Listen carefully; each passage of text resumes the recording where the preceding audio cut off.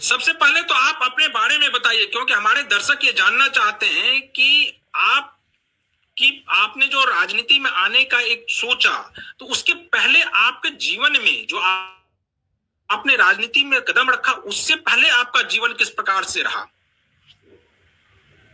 देखिए, एक middle class family में जिस प्रकार एक युवा का करियर होता है, जीवन होता है, मेरा भी जीवन उसी के समांतर रहा है। बड़ी मुश्किल से जो माता पैसे जुगाड़ करके पढ़ाई लिखाई में खर्च करती थी, ताकि उनको विश्वास था कि एक मिडिल क्लास फैमिली में गरीबी की जंजीर को तोड़ना है तो शिक्षा बहुत जरूरी है। बेटा पढ़ेगा लिखेगा तो कुछ बनेगा, कुछ करेगा, और जो घर की हालत है उसे सुधारने का कार्य करेगा। तो वही एक जहद चल रही थी, एक कसमकस की जिंदगी थी। हम मास्टर ऑफ आर्ट्स धनबाद के पीके रॉय मेमोरियल कॉलेज से करने के बाद विनोद बिहारी महतो विश्वविद्यालय धनबाद से ही इंग्लिश साहित्य में, अंग्रेजी साहित्य में पीएचडी के छात्र थे, स्कॉलर थे, अभी भी हैं। मेरी पीएचडी की पढ़ाई कंप्लीट नहीं हुई है। और उसी दरमियान एक प्रोटेस्ट हुआ स्टूडेंट्स का लैंग्वेज को लेकर। स्टूडेंट्स का तर्क था कि लैंग्वेज उत्तर प्रदेश और बिहार की मूल लैंग्वेज है, और अगर ये लैंग्वेज झारखंड में भी अगर कहीं है तो वो बिहार और उत्तर प्रदेश की जो सीमा लगती है उन क्षेत्रों में बोली जाती है। और लेकिन धनबाद और बोकारो में इन लैंग्वेज का कोई रोल नहीं है। ये यहाँ के जो ओरिजिनल लोग हैं, ओरिजिन पीपल हैं, जो उनकी भाषा नहीं है। तो उसी में एक प्रोटेस्ट होता है, उस प्रोटेस्ट में हम भी आते हैं। और जब हम अपनी बातों को रखते हैं, अपने तथ्य को, अपने तर्कों को रखते हैं, झारखंड आंदोलन के किस्सों को, तो काफी लोकप्रिय हो जाते हैं। और फिर लोग लगातार कार्यक्रमों के माध्यम से हमें बुलाने लगते हैं, हमारी भाषणों को सुनने लगते हैं। और हमारे भाषणों में झारखंड की समस्याएं होती हैं, वो हमारी भाषणों में वो झलक होती है जो 24 साल पहले हमारे पूर्वजों ने देखा था झारखंड अलग राज्य करने से पहले। तो उनको लगा कि 24 सालों में जो उम्मीदें खो गई हैं, जो सपने मुरझा गए हैं, इस युवाओं की आवाज में वो सपने फिर से एक बार हमें हमारी आंखों के सामने दस्तक दे रहे हैं। तो फिर लोग तो लगातार आपको ये लगा कि ये अगर आप इसको और बेहतर तभी कर सकते हैं जब आप राजनीति में एंट्री कर लें। क्या यही वजह है राजनीति में आने की, या फिर और भी आपको लगा कि नहीं, ये एकमात्र एक ऐसा साधन है जिसके जरिए लोगों की आम जनमानस के आवाज को काफी प्रमुखता से उठाया जा सकता है? तो ये आपके जहन में था, या आपको लगा कि एन केन प्रकार किसी प्रकार से विधायक बन जाना है या सांसद बन जाना है, और फिर देखेंगे जैसा होगा आगे, राजनीति जैसा चलेगा वैसा चलते रहेगा? विधायक सांसद तो एक बहुत बड़ा ड्रीम होता है, और महज 2 साल में मैं अपनी बड़ाई और प्रशंसा नहीं करूंगा, लेकिन महज 2 वर्षों में इतनी बड़ी उपलब्धि हासिल करना एक सपने जैसा होता है। 2 साल पहले मेरे गांव और 2-4 गांवों के अगल बगल के लोगों के अलावा मुझे कोई जानता नहीं था, कोई पहचानता नहीं था, ना मेरी कोई विशेष उपलब्धि। मैं भी वही एक साधारण सा छात्र जिसकी आंखों में एक सपना है कि कंपटीशन की तैयारी करेंगे, एक सरकारी नौकरी करेंगे, चाहे वो 3rd ग्रेड की हो, 4th ग्रेड की हो, एसएससी की हो या जीडी की हो। और मैं कई बार आर्मी सीआरपीएफ के दौड़ में मैं भाग लेने गया, कहीं मैं हाइट में तो कहीं गुदने के कारण तो कहीं दौड़ में छट गया। तो एक मिडिल क्लास फैमिली का मैं बेटा हूँ, और मेरे सपना था झारखंड पुलिस, इंडियन आर्मी जो जीडी होता है, जीडी रैंक, उसमें भी अफसर रैंक नहीं, जीडी रैंक, उन चीजों को देखना। उसके बाद जब पढ़ाई बढ़ने लगी तो सोचे चलिए सरकारी टीचर बनेंगे। अब मास्टर ऑफ आर्ट्स कर लिए हैं, पीएचडी जब करने लगे तो लगा चलिए सरकारी प्रोफेसर ना सही पार्ट टाइम लेक्चरर कहीं बन जाएंगे, क्योंकि झारखंड में परिस्थिति झारखंडियों के लिए सामान्य नहीं है प्रोफेसर बनने की। तो पार्ट टाइम लेक्चरर कहीं बन जाएंगे, अगर पीएचडी कंप्लीट कर लेंगे तो घर का, परिवार का भरण पोषण हो जाएगा। तो उस परिवार से आने वाला बच्चा कभी सांसद विधायक बनने का सपना तो नहीं सजा सकता है। तो ये कहीं ना कहीं एक नियति और समय की डिमांड थी कि मैं एक आवाज बन के, झारखंड की वह आवाज बन के आया जो 24 साल पहले लोग देखा करते थे, लेकिन बीते 24 वर्षों में यहाँ की उदासीन पॉलिटिक्स ने उस आवाज को ही दबा दिया था। तो फिर जब हम आए तो लोग हमें सुनने लगे। और आपने अभी कहा कुछ देर पहले कि आप लोगों की आवाज बनने लगे, आप पॉपुलर होने लगे जब उस प्रकार से आप लोगों की आवाज उठाने लगे, जो खास करके स्टूडेंट मूवमेंट का जो चल रहा था।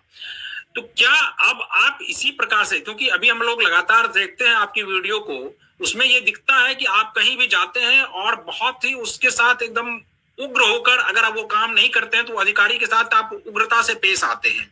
क्या आप इसी प्रकार से आम जनमानस की आवाज को उठाते रहेंगे आने वाले समय में, या फिर जो आज तक का जो पैटर्न देखने को मिला है कि जो विधायक बन जाते हैं, सांसद बन जाते हैं, वो जब राजनीति में इस प्रकार से उनकी एंट्री हो जाती है इस रूप में, तो फिर वो एक प्रकार से शिथिल सा पड़ जाते हैं, या फिर उस प्रकार से मुखर होकर नहीं बोल पाते हैं, चाहे वो पार्टी के दबाव में, या फिर और आपकी तो अपनी पार्टी है, वो अपनी पार्टी के दबाव में, या फिर लोगों का लगता है कि चलो अब बन गए हैं, हम इस मुकाम पर पहुंच गए हैं, अब ठीक है, जनता साथ देती रहेगी और छोटे छोटे मुद्दों को कभी कभी उठाते रहेंगे। तो क्या आपका जो करियर है वो इसी रूप से आगे बढ़ेगा, या आप भी उसी में शामिल होंगे?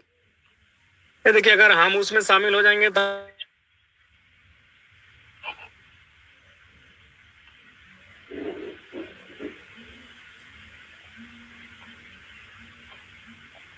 भी हम जाते हैं, लोगों की जो एक ललक होती है हमसे मिलने की, हमसे बात करने की, हमारे साथ जुड़ने की, वो लालसा उनकी समाप्त हो जाएगी।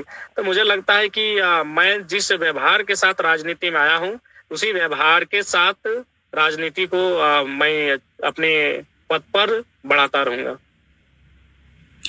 अच्छा, ये कहा जा रहा है आपके बारे में कि आपको जो है विधानसभा चुनाव से ठीक पहले आपके पास जो है वो उप मुख्यमंत्री पद का ऑफर था।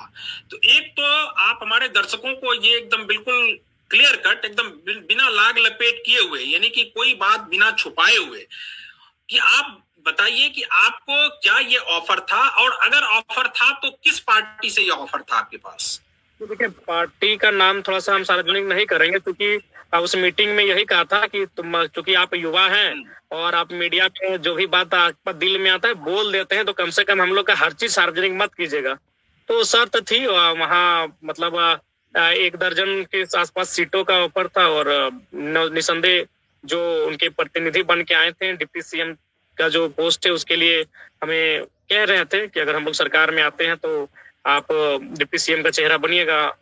तो हमने कहा कि नहीं, देखिए भविष्य क्या होगा अलग विषय है, लेकिन चूंकि पहला चुनाव है और हम लोग यानी ये हम माने कि अब जो है जयराम महतो भी राजनीति के उस गुण को सीख रहे हैं कि कौन सी बातें मीडिया में बोलनी चाहिए और कौन सी नहीं बोलनी चाहिए। ये अब धीरे धीरे जयराम महतो एक प्रकार से उसके मतलब उसमें जाने लगे हैं। देखिए, अब सीखना पड़ता है समय के अनुसार। हालांकि हम लोग अभी भी मतलब स्पष्टवादी हैं, दिल में जो भी बातें आती है उसे छुपा के नहीं रखते हैं, स्पष्ट कह देते हैं और साफ शब्दों में, तो इसलिए लोग पसंद भी करते हैं। लेकिन कुछ कुछ बातों का प्रोटोकॉल बन जाता है, उसमें हम लोग बंध जाते हैं। बाकी जो था सो हमने पहले भी कहा था, लोकसभा में भी ऑफर था 2 सीटों का कि आप और आपका कोई एक साथी चुनाव लड़े, हमारे संगठन में आके लड़ी। चूंकि उसमें हमारी पार्टी का रजिस्ट्रेशन लोकसभा में नहीं हुआ था, लेकिन हम लोग इंडिपेंडेंट लड़के हम 3.5 लाख वोट लाए थे, जो कि झारखंड की हिस्ट्री में फर्स्ट टाइम ऐसा हुआ था कि कोई इंडिपेंडेंट कैंडिडेट 3.5 लाख वोट लाया हो।